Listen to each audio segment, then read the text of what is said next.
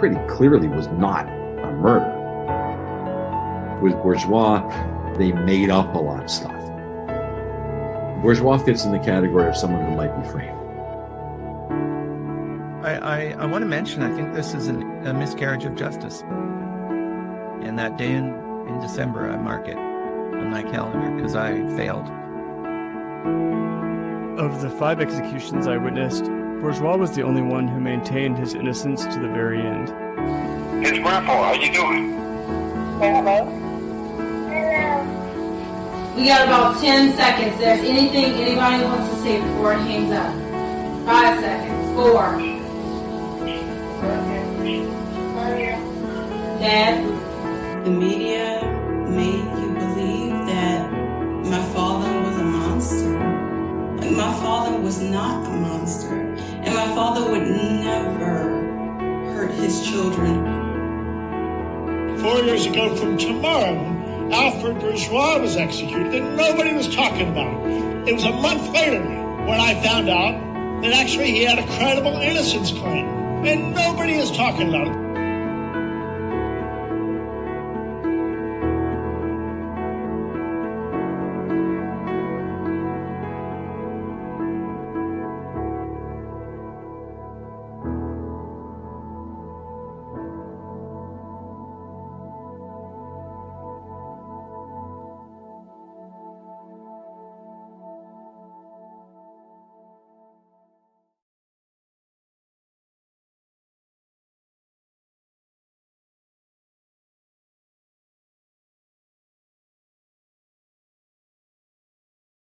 I know I put a lot of emphasis on my stepmother. It was her lies that brought up this rape and abuse, but it's not just that reason. It's because of the things that she's done to me.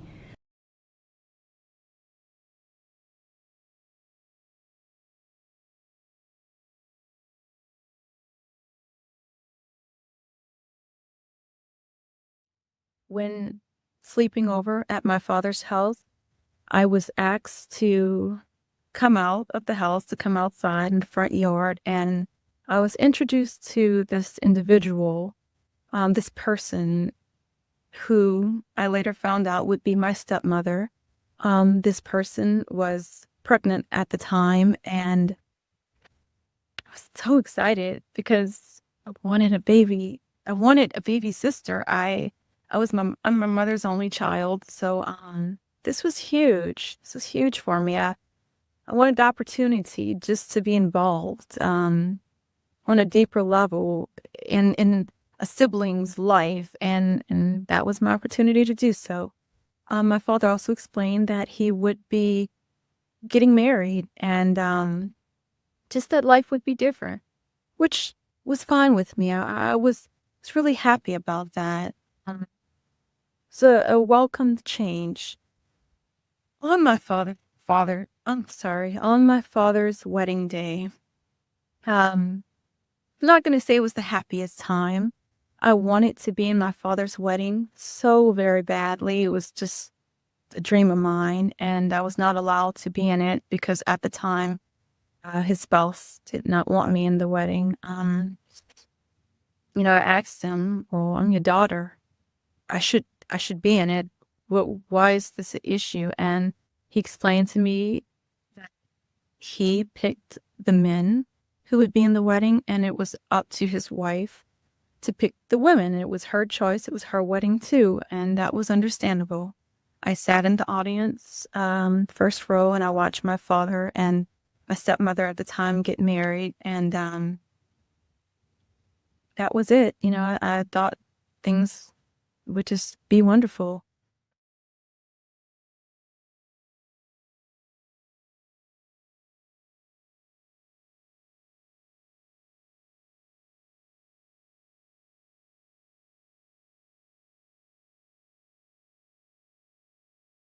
My father was the type of person that wanted his children to see the world. So the only way that he was able to do that is through driving trucks. We weren't rich at the time. He was well off, but not rich.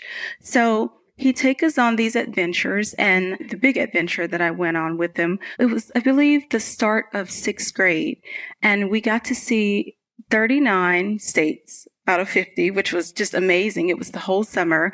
But my stepmother, she was on this trip as well. Well, a moment when we were alone, I believe my father was in a wash area taking a shower.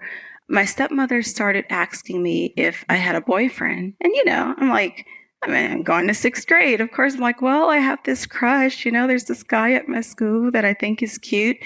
And the conversation took a very odd turn. At that point, she began talking to me about sex and intercourse. And almost in a sense as to try to encourage it. She explained to me how a penis goes into a vagina. She told me that it's a feeling that feels good and that one day I should try it. And again, I'm in the sixth grade at this time, so I didn't even really understand what I was hearing.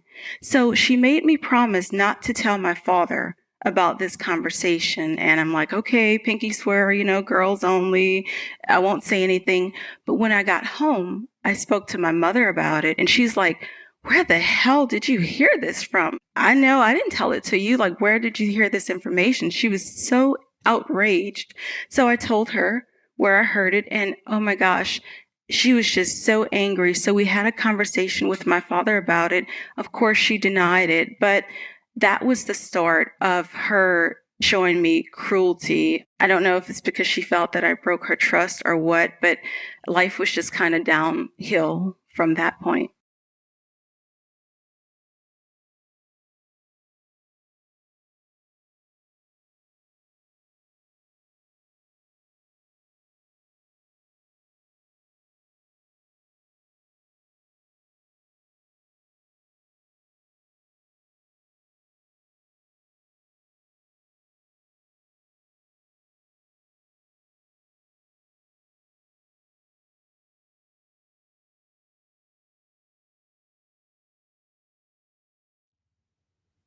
A man was sentenced to death and ultimately murdered based on the testimony of an individual who has caused chaos and strife and division between all my father's kids, any kids that were not hers.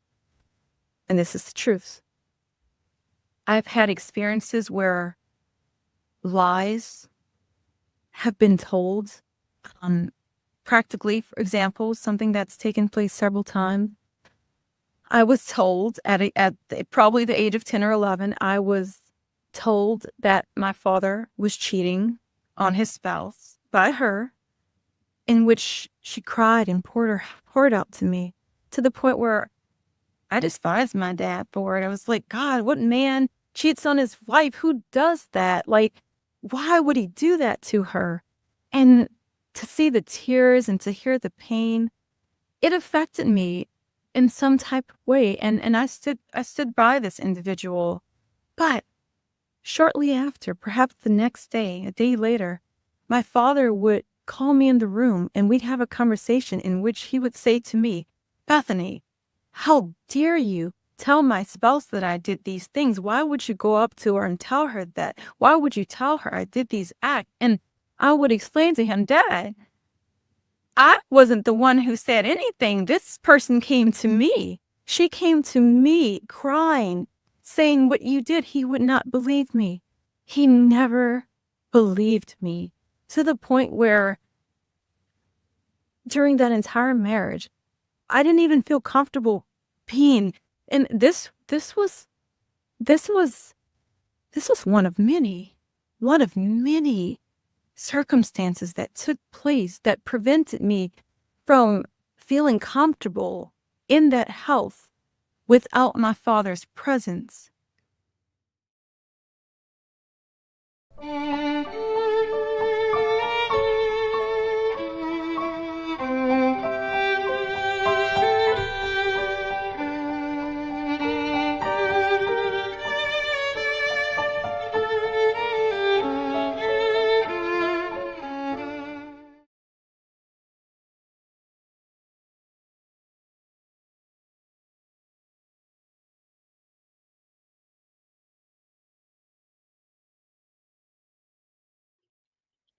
Hello, my name is Geraldine. I'm Bethany's mother. This is my first time speaking publicly about the case concerning Alfred Bourgeois. I have to be honest, when it came to fidelity, Alfred was a 0, which is why I decided to end our engagement. But just to be clear, because I knew he would not be a good husband for me, didn't mean that he was a bad father. I really had no issues with Alfred or any of his previous 3 wives. They treated Bethany with love and kindness, and I got along very well with them. The problem began when Alfred married his 4th wife, Robin. It was always some type of drama. You know, when Bethany was a child, she would come home with bruises, scratch marks, hair all knotted, and sores on her body and scalp. I confronted Robin, and she would say, well, you know how kids are when they're playing and having fun. Well, it just so happened, I started noticing this would always happen when Alfred was away working for a day or more. Bethany would tell me how Robin would pinch her, pull her hair, leave her alone at the house for hours, and not give her anything to eat. She also wouldn't bathe Bethany. I mean, we're talking about a child that's 12 or 13 years old. I was astonished and angry that she would treat Bethany that way because the woman is related to me. Well, I'm a no-nonsense type of woman. Like the old saying goes, don't mess with my child. That's one line that anybody who knows me knows they better not cross. I had already confronted Robin about her encouraging Beth to have sex with boys. Well, enough is enough. I drove to Alfred's house with Bethany in tow and confronted Robin. It was not at all a pleasant thing for her. Of course, she was crying and denying everything. Before leaving, I knew she knew just where I was coming from. I clearly warned her, don't make me have to come here again concerning Bethany, because it will not be a good thing for you. Just as Bethany and I were leaving, Alfred pulled up. She started hooping and hollering about how I was ugly to her, telling Alfred she didn't want me coming to her house anymore, which was their house. I went off on Alfred too, because at first he seemed to be at her defense. He was quiet for a moment, and I was walking away with Bethany when he said, Geraldine, wait, come here. I want you, Bethany, and Robin to hear this. He said, Robin, this is my house. Geraldine is here because she's spoken to me about how every time I'm away at work, Bethany's coming up with bruises. Look at her. You're not even combing her hair. Look at how my child looks. Damn, you're supposed to be taking care of her when I'm not here. Robin seemed shocked, angry, and dumbfounded. She went to her room, slammed the door. I told Alfred, you better keep that bitch in check or I will. If Bethany come home with any more signs of abuse, there's going to be hell to pay. And I mean hell. I said, now you already know how I am. He said, Geraldine, you don't have to worry about that again. Then Bethany and I went home. About a week later, Bethany told me Robin had filed for restraining orders against Alfred, and she was moving out to go stay with her parents. Bethany and I was very relieved that she was out of our lives. Later, of course, Alfred took her back. Alfred called me and we talked about it, and he said, Geraldine, this is my 4th marriage. I really want to make this work with Robin for the sake of raising my children. And I said, for Robin's sake, she better not put her hands on Bethany ever again. And that's all I'm going to say about that. Well, sad to say, his decision to take her back ultimately cost him his freedom and his life.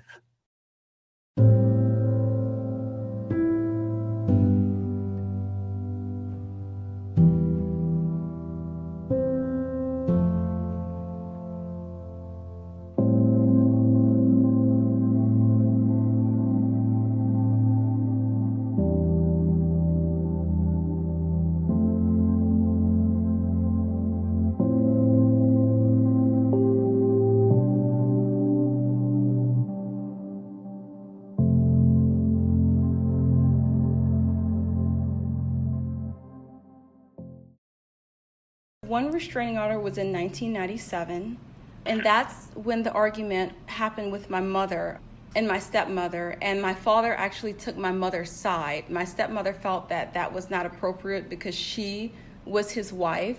It started a lot of confusion. She told my dad that she did not want me visiting anymore. Just a lot of unnecessary family strife. And shortly after, she filed the restraining order, and she went to stay with her parents, I believe, for a while.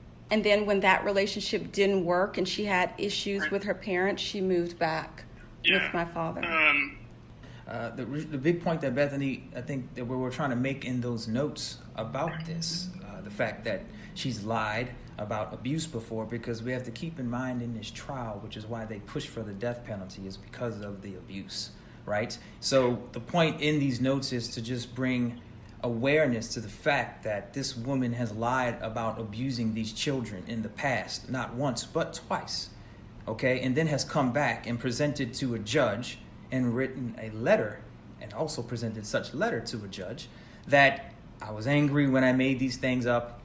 I lied. I said my husband abused the children and me. This is not true. I did this out of anger. And she's done this more than once. More than right? once. In 1998, after limited visits, there was only one thing that could potentially reunite this American family. And that, my friends, was the 4th of July. So it was no surprise that my dad magically convinced my mom to let me spend an entire month with him in exchange for assuring my mother that he would not leave me alone with Robin. While grilling and chatting with family and friends, my dad unintentionally burned his famous secret bourgeois barbecue sauce, prompting him to make an unexpected run to a nearby grocery store. I asked to tag along, shortly realizing that Robin would be joining us as well. What was supposed to be a quick 15-minute run eventually turned into an hour-long shopping extravaganza. My dad instructed us to go in the checkout line while he grabbed the last items off his list. After a 10-minute wait, I felt that my dad was taking way too long, so I wanted to go look for him and see if I could help out with anything. My stepmother, Robin, who was standing next to me, stopped me in my tracks, telling me to stay put. Now, keep in mind, this was the same woman who manipulated and abused me. It was because of her that I was visiting my dad much, much less. And as an impatient 13-year-old, there was no way that I was going to let this woman tell me what to do. So my response to her was, "You're not my mom, and I don't care what you say." I stepped away to leave. When I felt my hair being grabbed, Robin pulled my ponytail so hard that my neck jerked aggressively, causing me to fall to the floor. But what Robin failed to realize was that my father had returned, and he saw the whole thing. The look in his eyes was infuriating and filled with rage. Leaving the entire basket of food at the checkout counter, he took my hand and escorted me out of the store. Robin ran behind him, trying to explain herself as she stumbled through the parking lot. The car ride home was engulfed with an awkward silence. Not one person spoke. When pulling up to our home, my dad did not say one word to his guest. He went straight into his primary bedroom, grabbing Robin by her arm to accompany him. It was then that I heard the arguing and the shouting. My dad told Robin that she was never in life to hit, spank, or whip me in any form.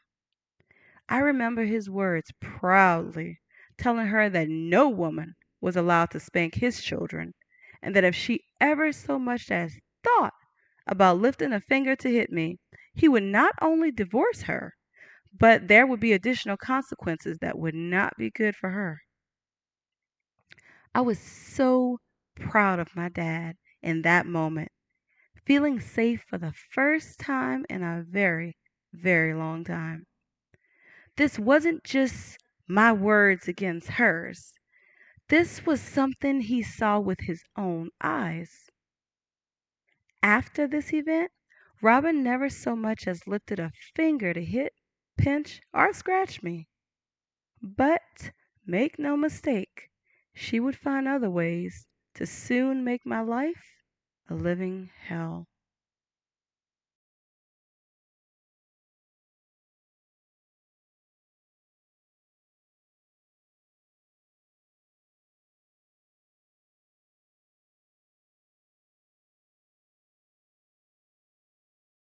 So I want to share one more thing that she did. So, and this is horrible.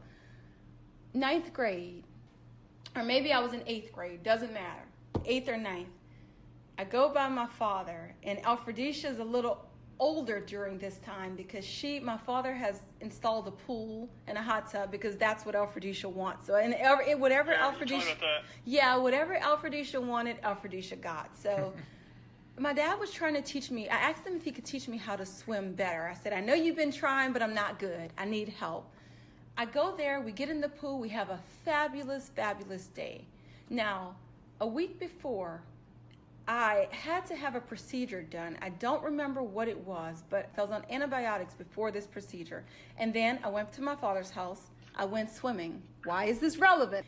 It's relevant because after being in the pool, and after having gone through a week of antibiotics and being only 8th grade, 9th grade, not sexually active, never had sex before ever in my life, I noticed something in my panties and that I had never seen before. My father's a man. I don't feel comfortable speaking to him about this. So I go to my stepmother. Now, I don't like her either, but she's the only woman present and my mother is at work. And I'm feeling discomfort in a very personal area for a female. So I share this information with my stepmother. She tells my dad, hey, Alfred, let's go to Walgreens. I forgot something. I have to pick something up. We go to Walgreens. She secretly leaves my father, purchases a monostat for me. I didn't even know what a monostat was at the time. I had no clue. And she brings it in the room when we get back home and tells me what I'm supposed to do, which I was so grateful. It's an experience that, women go through that's common, that's not really always spoken of. And I was young, 8th, 9th grade. This was my first time experiencing it. So she gave me the information. She helped me. She gave it to me. Everything was fine. No issues. And in fact, even after the lies she had told me, which the sex conversation, that made me respect her a little bit. I was like, maybe she's changing. Maybe she's not that bad because this is a really kind thing that she did for me. Wrong. Not even a week later. My mother gets the call and she answers the phone and I hear her yelling and I'm like, who is she talking to? So then she hands me the phone. She's like, it's your effing dad. Take the phone. I don't want to speak to him. Just take it.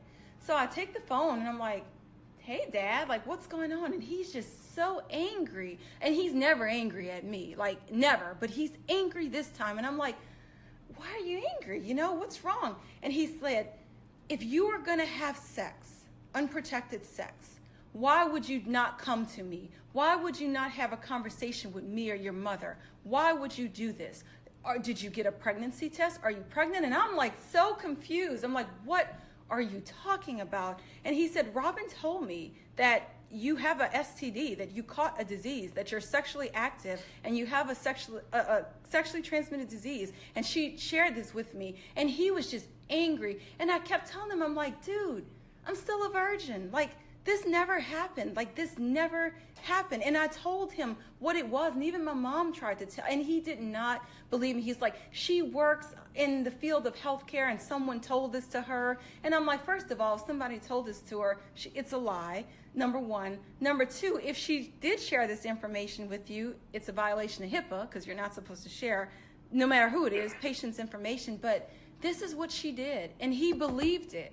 And because of that, I think I stopped speaking to my father for like 6 months.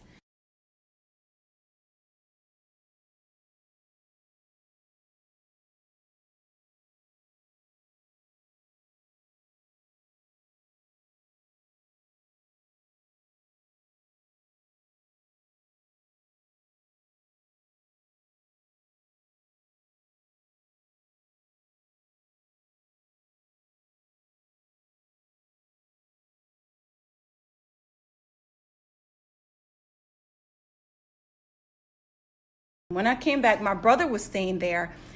There's rumors that Robin told my brother where to find a gun. He was being bullied at school and he was afraid. And she told him, well, maybe it's a good thing to have a gun.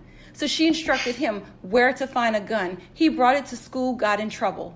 So my father got so angry about it. This was like my 9th or 10th grade year of school. My father got so angry about it. And I remember such a bad argument with he and my brother where they were just yelling. And he kept telling my brother, you have so much effing potential. Like, you have so much potential. Why would you do this? You're such a smart kid. Why would you throw away your life? And my brother got angry and he punches at my father. And my father ducks and my brother's hand goes in the wall. And my brother runs off, locks himself in the room and cries.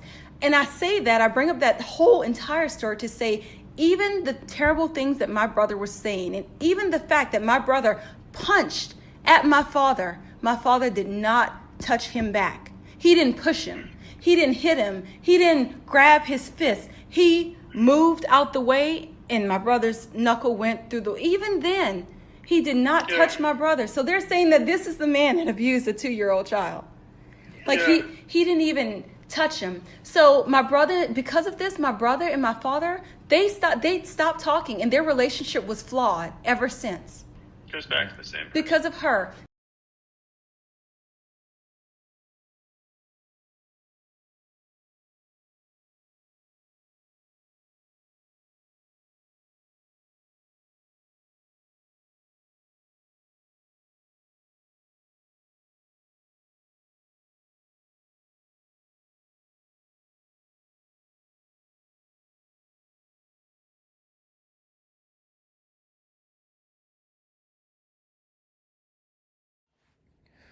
Before his death, Alfred wrote a letter sharing his side of the story.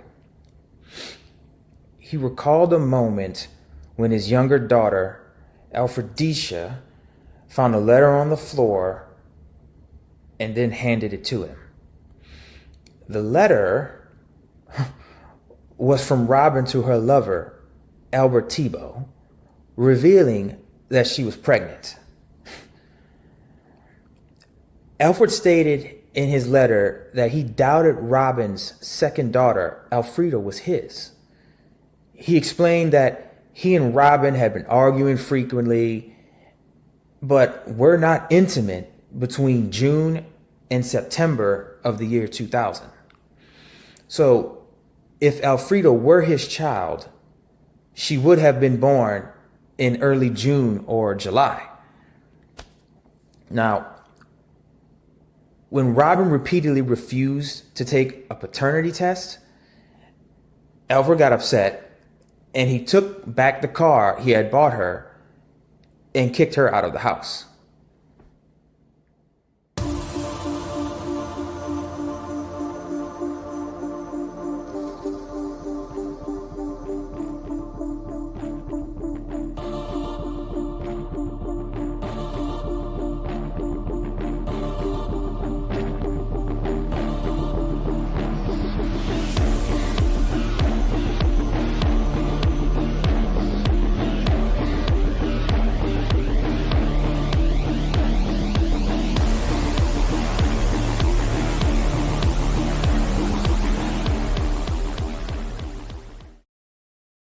second restraining order was filed right before she got pregnant.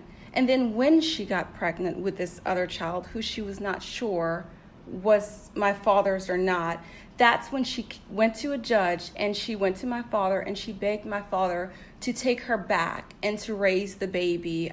And she stated that she would drop the restraining orders, she would admit to the lies, and my dad actually took her back. And then a year later, this happened.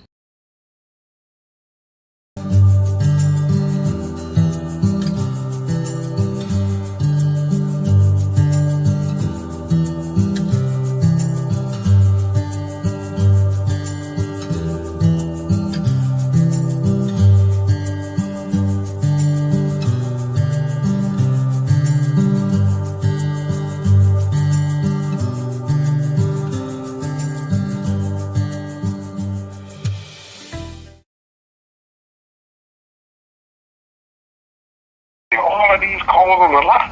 You could get any call you want. I don't know if you remember that. I do. You could get any call you want. Something about that goddamn red ass call you couldn't let go.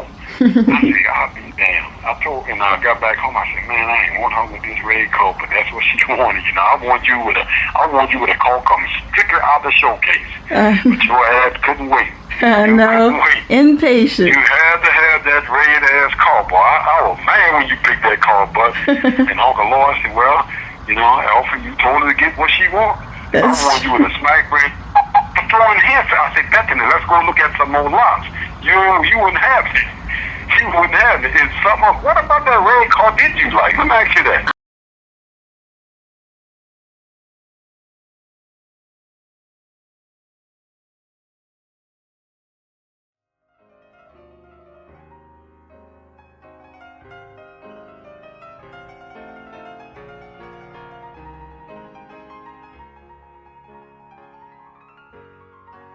When it comes to the city of New Orleans, there's nothing that brings your spirit to life like Mardi Gras. I had a car, I had friends, and I had the city of New Orleans ready to throw me as many beads as my little heart could handle. Walking back to my car, I was in shock when discovering that it wouldn't start. I examined the exterior to observe something brown oozing out of my gas tank. I called my dad, who in the heart of the Mardi Gras season was somehow able to call a tow truck. My dad was told that chocolate syrup was put in my gas tank, and because of it, my car engine needed to be replaced. Weeks later, I received a call from a family member telling me that Robin told her that she was the one who hired someone to put the syrup in my tank.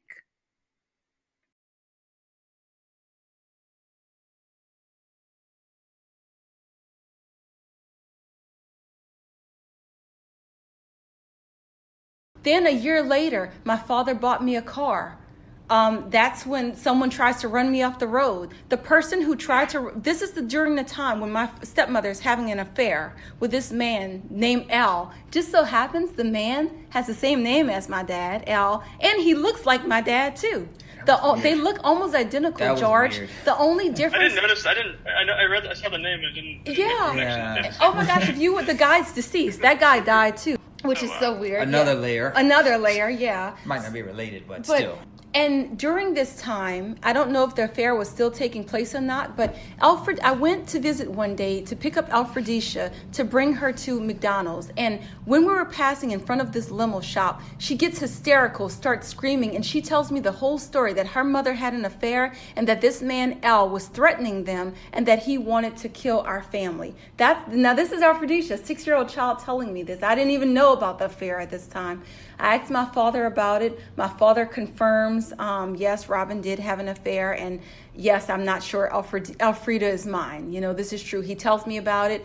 Shortly after, this is when someone tries to run me off the road. Maybe like a week. No, not a week. Maybe about 2 or 3 weeks later, I get ran off the road. And I saw that in the trench. It was in a limo. The same, yeah. And the guy that my stepmother had an affair with owned a limo company. So I wouldn't be shocked. Like, there's family members that stated that she asked the guy to run me off the road. Now, again, hearsay, but considering the things that she's done to me, I don't not believe it, you know? Yeah. Certainly. Yeah. And I mean, like, a limo of all things, it is kind of odd. Why would a limo try to You run? don't see limos every day. Yeah. Yeah. No. I could have died, you know?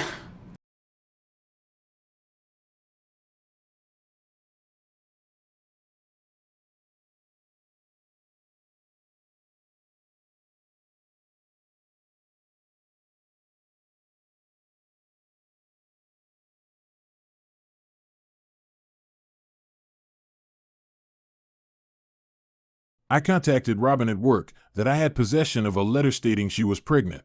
I also had eyewitness neighbor Christopher Robinson, my neighbor across the street. We called Robin at her job. She started crying, so I just told her I was coming pick up my 2000 Volkswagen Beetle that I, Alfred Bourgeois, had just bought Robin on her birthday in March 2000.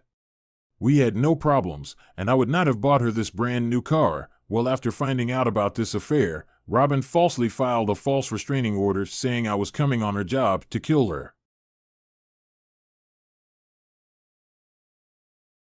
She tried to have me arrested, but when the police arrived at her job, I had my neighbor Christopher Robinson, who talked to the St. John Sheriff Office, showing him the letter 6-year-old Alfredicia had just found. Robin tried to make a scene, but 3 police officers, including 2 female officers and 1 male officer, read the letter Alfredicia had just found. So all I told them, I just wanted my 2000 Volkswagen Beetle. Now, the male police officer read the letter. He told the 2 female officers he had just stopped this white Volkswagen Beetle couple days ago, where Albert Thibault was driving recklessly, and he ran a red light.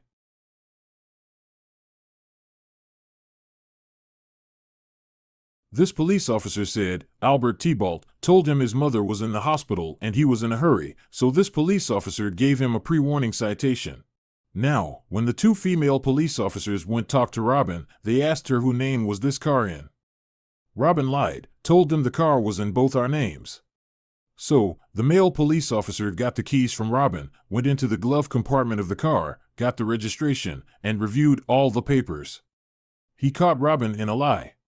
This is when the officers gave me my car, and I left. Well, I packed all Robin's clothes, put her out.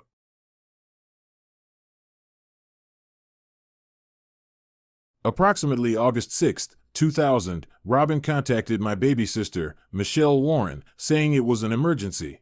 She told my sister Michelle to have me meet her at a kid playhouse ASAP.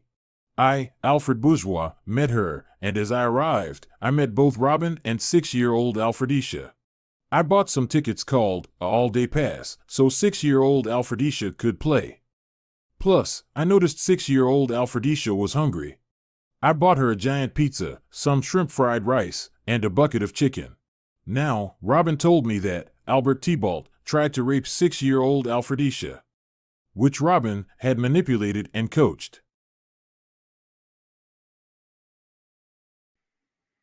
So one day, I'm by my mom, and I get a collect call from my dad telling me that he's in jail for spray painting Al Tebow's limos. I think my Uncle Lloyd ended up bailing him out. But yeah, that's something you don't expect to hear. Being completely transparent, it would come as no surprise that Alfred would be upset and angry that Al Thibault tried to run his daughter off the road. I mean, I can't imagine any father being calm about that. In my opinion, I feel like Al Thibault got off pretty damn easy, considering Alfred's retaliation was only damaging a few limos. In all honesty, I can think of many fathers who would have dealt far harsh of retaliation than what Alfred did. I mean, what would you do if a grown man that you found out was having an affair with your wife tried to run your daughter off the road in an attempt to kill her? What would you do? My dad had this pearl white Jaguar that he loved. One night, when he was sleeping, he heard this loud noise, and he woke up and ran outside and noticed that his beautiful white car was set on fire and burning in flames. He believed that it was Al Tebow who retaliated for him spray painting the limos, but the police could not find out any information and the case remained unsolved.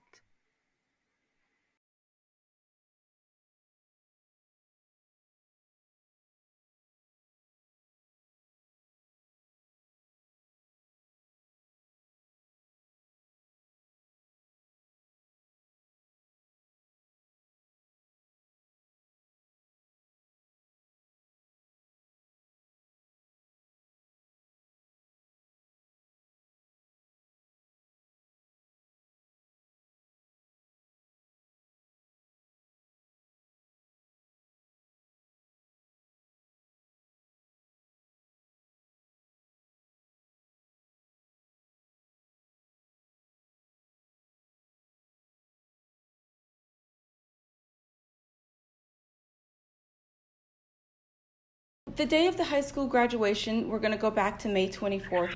My father shared with my mother about the divorce and that he was going to move forward with that shortly after. His biggest concern with the divorce was getting custody of his children. He wanted custody of all of them.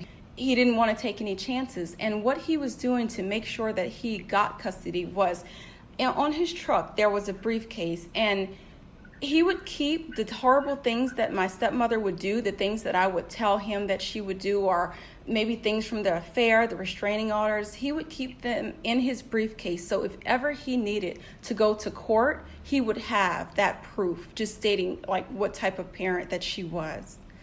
She wasn't happy about it. She did not want the divorce to go forward. She didn't know what she was going to do. And he and my mother discussed all of this that day.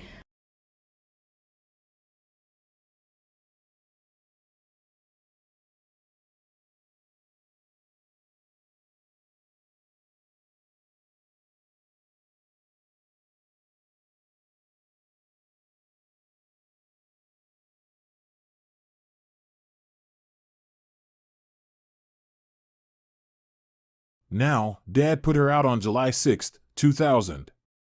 Then, I took off work a week and filed immediately for divorce, which Dad paid Daniel Becknell Law Firm a check for $1,250 for his fee up front. Exactly 1 month later, Robin called Dad, which she deceived Dad, telling me on August 6, 2000, that Albert Tybalt had come to her mom's house, beat her and Lil Alfredicia. She claimed Al had burned all her clothes, as well as burned Alfredicia's clothes, and physically sexually assaulted 6-year-old Alfredicia. She claimed to me she had Al arrested. So this is what made me take her back. She manipulated Dad. Robin concerted the whole story. It was all a lie.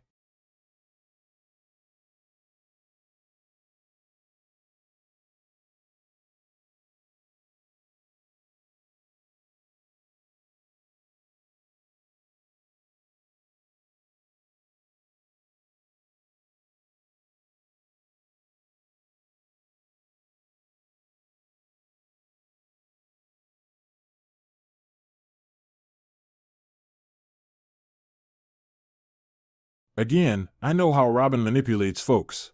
I know how self-centered she is. I know what she will do to get attention. Trust Dad, I don't hate her by any means, but I've lost trust in your mom long before I was arrested on this case. Robin Bourgeois is the most untrustworthy and the most pathological liar on the planet. She's been lying from day one. I met her and she told me she was raped on the lakefront in New Orleans, all for attention.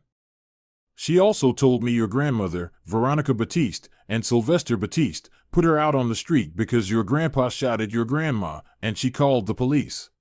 So they got mad and put her out.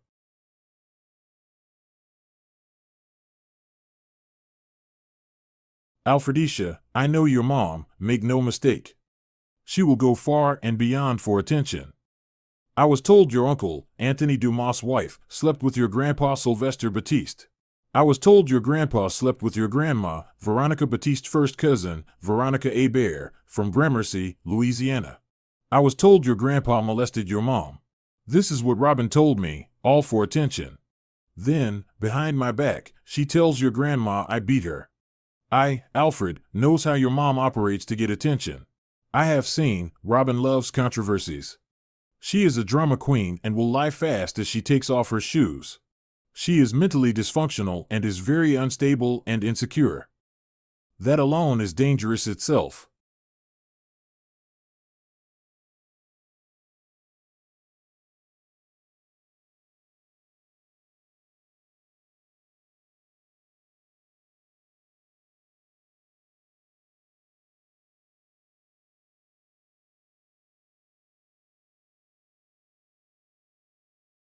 I received this just weird email from someone and they were like, you may not know this, but Robin is my cousin and we know her very well. And trust me, everybody who knows the truth knows. And they said, we know she did it.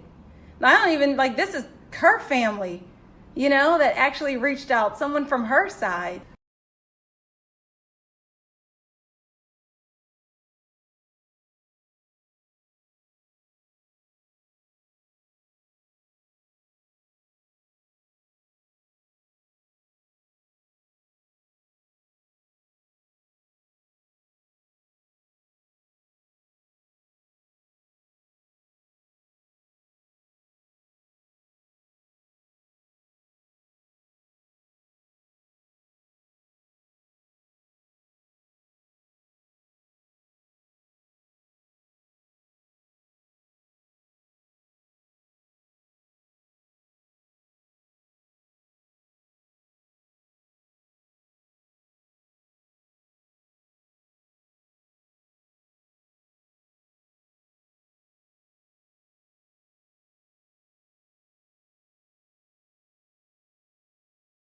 What did you think had actually happened at that time? Since you believed in your father's innocence, what do you think really happened to Jacaren?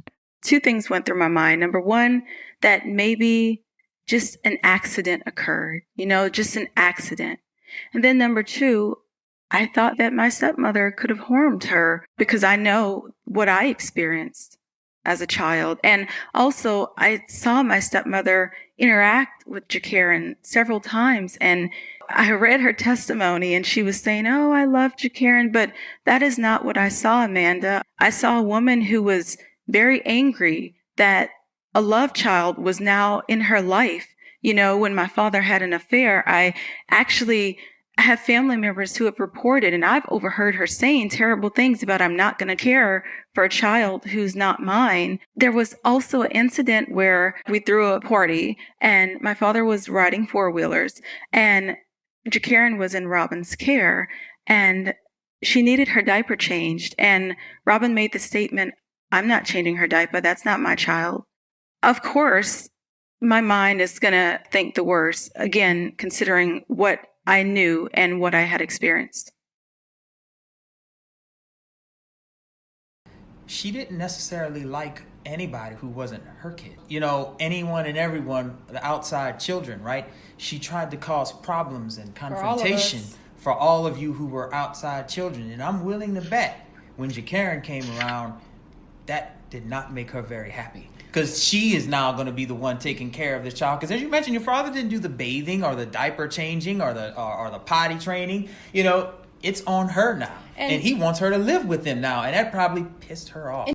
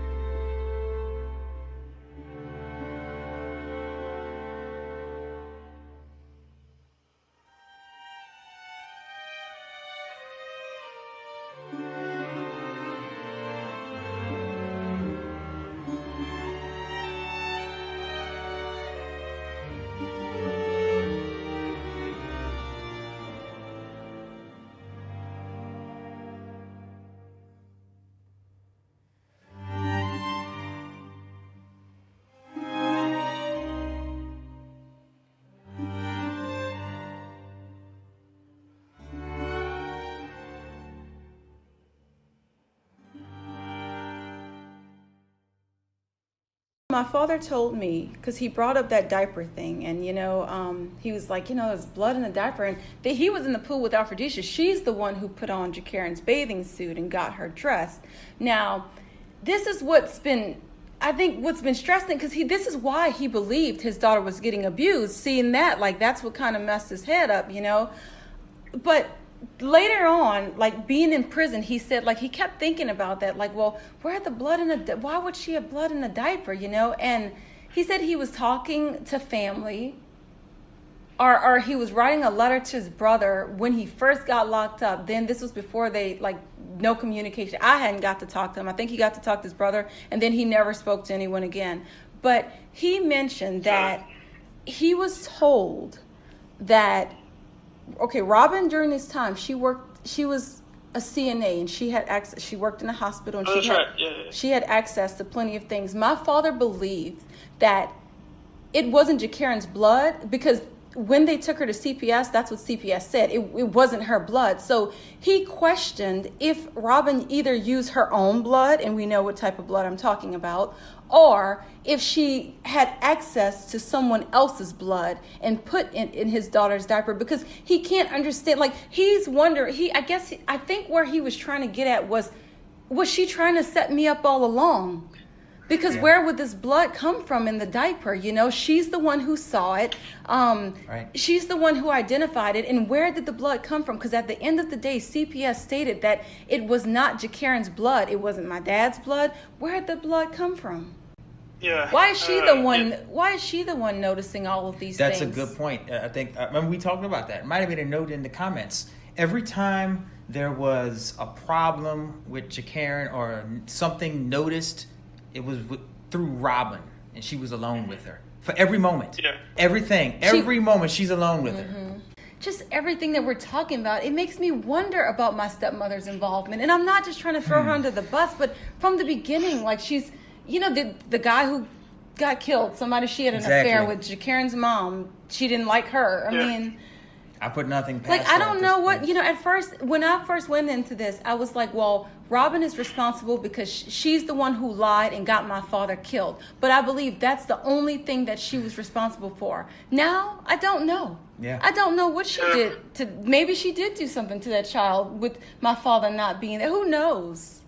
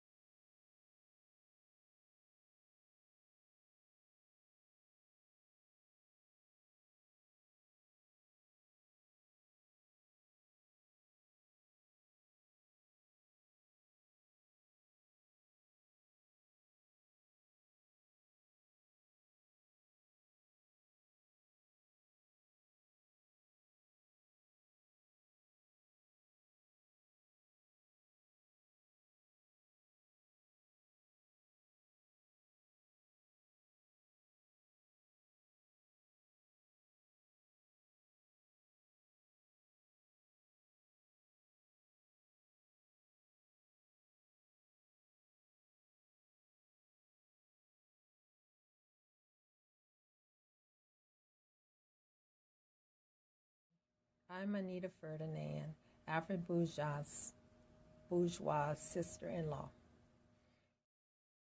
Before the trial, I was asked by the FBI if Alfred's wife was a nurse at Ochsner, in which she was not. But why ask me? My name is Lloyd. I am the brother of Alfred Bourgeois. I was not just his brother, I was also his best friend. The reason why I say this is because some brothers do not even talk to each other. I am 4 years older than Alfred. I was the person that he looked up to. Anything that he was about to do, he would call me. I met Robin somewhere in the year of 93 because it was the same year that I married Anita. So I know it was in 93, but I don't quite know the month, but it was definitely in the year of 93.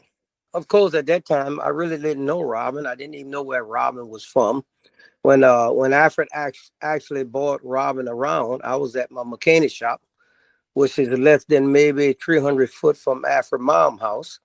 And he stopped there. He had her in a truck, in one of his big trucks. And then he introduced me to her. And then we just started talking, like normal, hey, how you doing? Nice to meet you and stuff like that.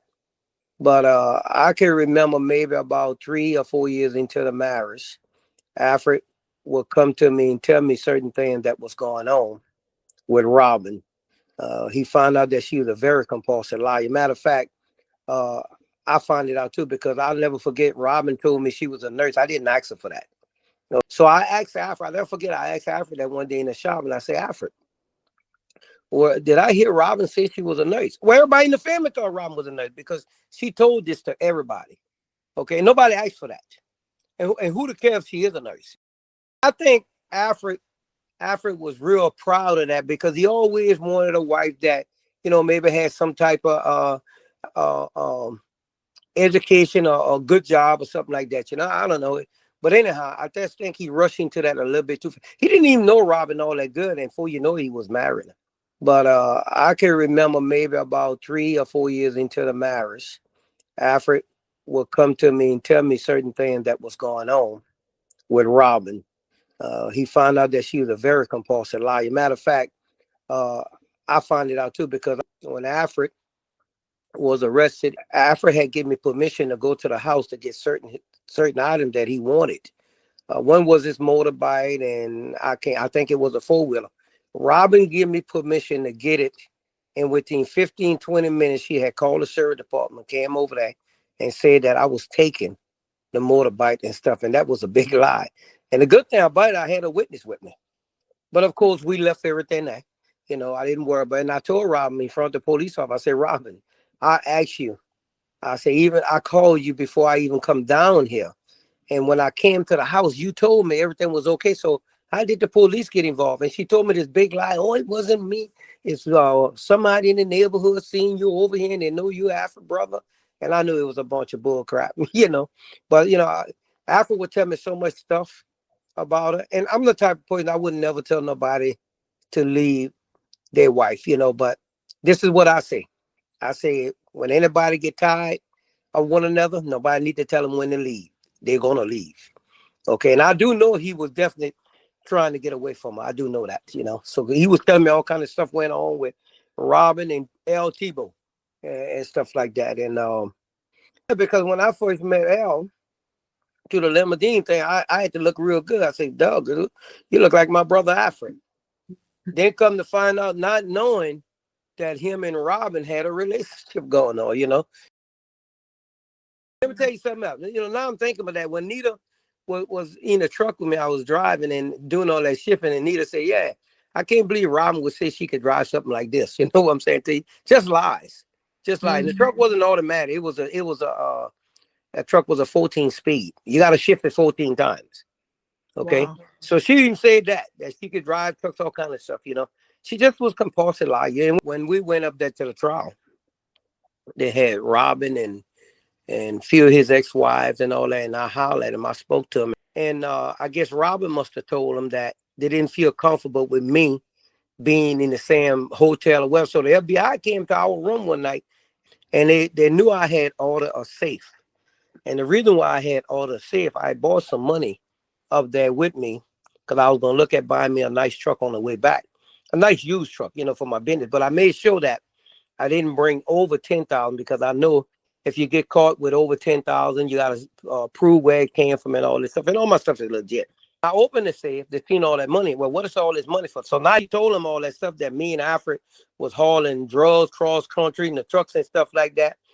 I said, it's drugs. I say, I don't fool with no drugs. And I know you don't fool with no drugs. Robin had everybody thinking that I would pay somebody to kill them. It's just stupid. And she, like I said, she's talk about me and Alfred hauling drugs cross country and stuff like that. Well, where the money at? I like to know where it's at. You know, that's the kind of conniving person she is. You know, very conniving.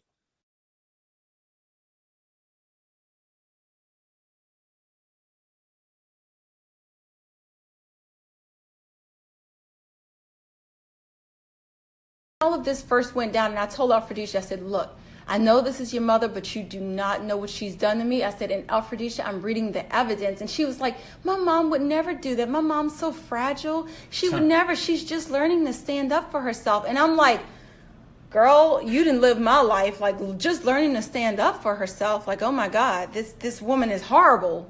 You know, horrible. Yeah. And even after, let me just, and I know I'm going on about her a lot, but people, like, the world needs to know this, man. Like, even after, I told you, I was not allowed, she didn't want me to see my sister after this happened for years. I found her, like, Alfredisha was 8 when she testified.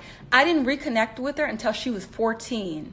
You know, and I found her. I looked for her for years. I found her. I reached out to her personally. I said, don't tell your mom just yet. I love you. Just let me know you're okay. And that's when she started communicating. And maybe like weeks later, she was coming to visit us, you know, coming to visit us and everything.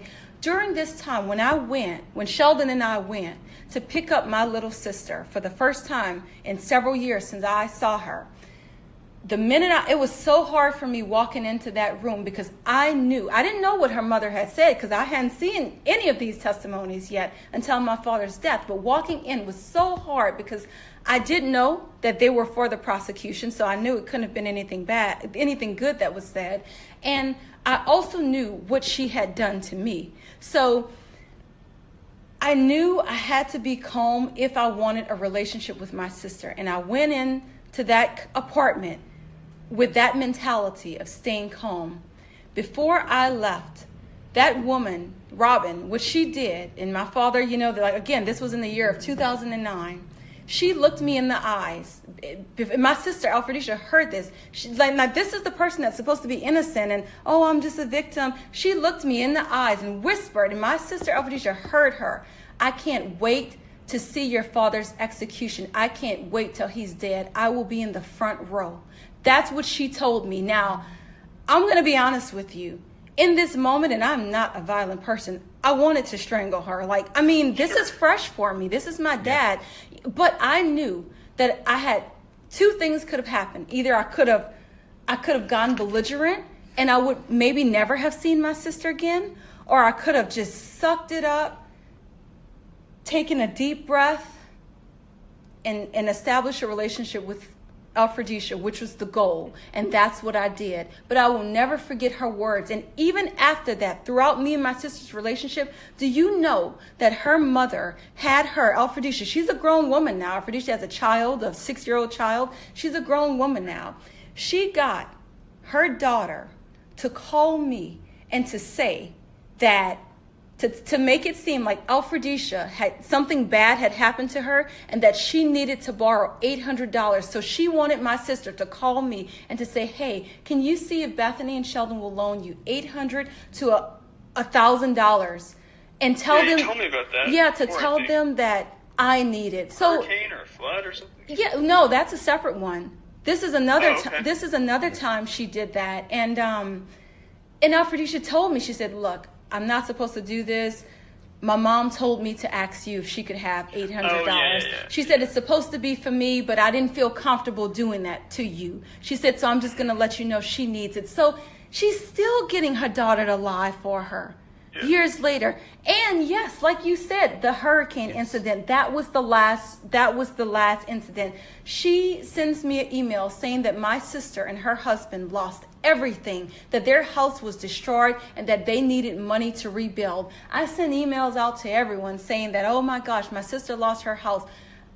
The next day when I spoke to my sister, she's like, no, it's just the flooring and baseboards. Now, don't get me wrong. That is still damage. You know, that's still damage, but that's a lot different from saying they lost everything.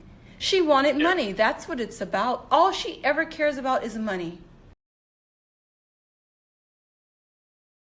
I understand that this episode put a lot of emphasis on my stepmother, Robin. But these are personal experiences that I was not allowed to share in court at my father's trial. But having been able to share these experiences with the jury could have made all the difference. I remember going on Facebook one day and seeing a donation page started by Robin. And the page was called Broken and Beautiful. And it was created for abuse survivors, which Robin alleges herself to be. And I couldn't help but just shake my head and think, wow, is she for real? The woman who not only abused me as a child and lied about abuse multiple times in the past was now alleging to be an abuse survivor. And at the time, she was taking donations. All I'm going to say is that the prosecution started their opening statement informing the jury that their sole witness, Robin, had lied on multiple occasions before, multiple occasions. And still, they allowed this person to testify against my father, against her children's father, nefariously and egregiously ending his life.